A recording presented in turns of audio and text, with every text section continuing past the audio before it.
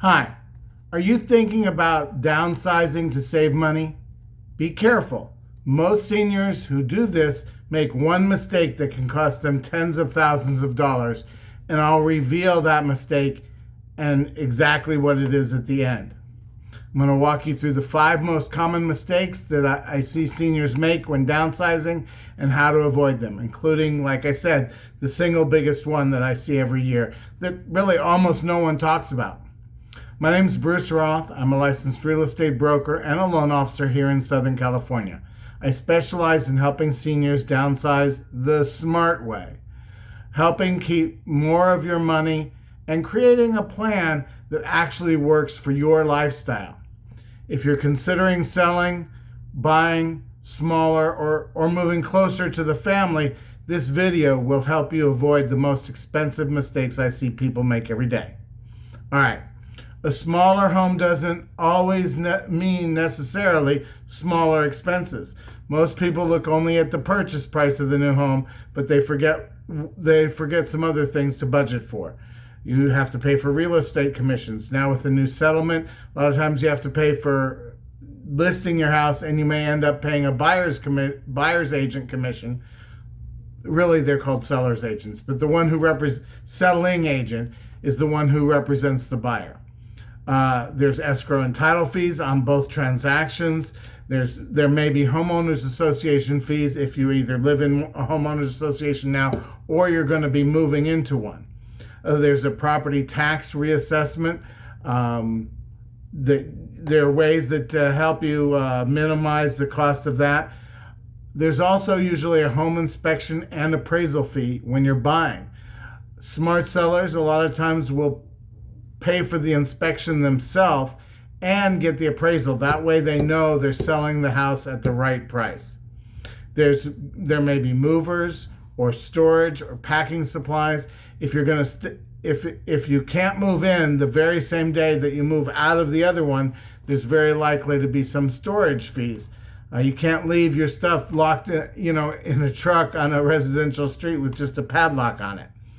All right. A lot of people end up buying new furniture or accessibility upgrades. They may want to put a walk-in shower. Who knows? There may be higher property insurance premiums in certain areas. Also, car insurance. If you move to a zip code that has higher traffic accidents, there may be higher automobile insurance. So many seniors choose 55 plus retirement communities when downsizing, but homeowners association fees can add $300 to $800 a month or more, depending on where which one you move to. On top of that, some homeowners associations restrict things like pets, the color you paint the exterior, or even parking your car in your driveway. I lived in a homeowners association. We had 3-car garage, but it was my wife and I, and 2 of our 4 children were living there when we first moved in. So there's 4 cars. They didn't want us parking one of the cars in the driveway. They actually suggested that I have my, at that time, 17-year-old daughter, she was the youngest, to park outside the neighborhood in the other neighborhood across a major street, 3 lanes in each direction, people driving 50 plus, the speed limit was 50. Many times people would drive faster than that, and there was no traffic signal there. So she's going to run across there at 10 o'clock at night when coming home from a friend's house or whatever. You need to be sure that the homeowners association you move into is not unreasonable about things like that. Always review their covenants and conditions, as well as costs, to make sure before you commit. If you've owned your home for decades, downsizing could reset your property taxes unless you use California's Proposition 19 benefit. And if you've had a big appreciation, you might face capital gains taxes if you don't plan correctly. A quick consultation before you list your home can save you thousands, sometimes tens of thousands in taxes. Downsizing isn't just about dollars, it's about quality of life. I've seen people move into cheaper homes only to regret it because of several things. They're far from family or friends. They lose their community connections. They don't have the same cashier in the grocery store, or they're too far from the doctor, or whatever. And maybe the new neighborhood doesn't feel safe. And there's one more thing that I haven't mentioned so far. A lot of seniors are finding they don't want to be doing stair climbing, so buying a 2-story house to move into might be a problem for you, depending on your health conditions.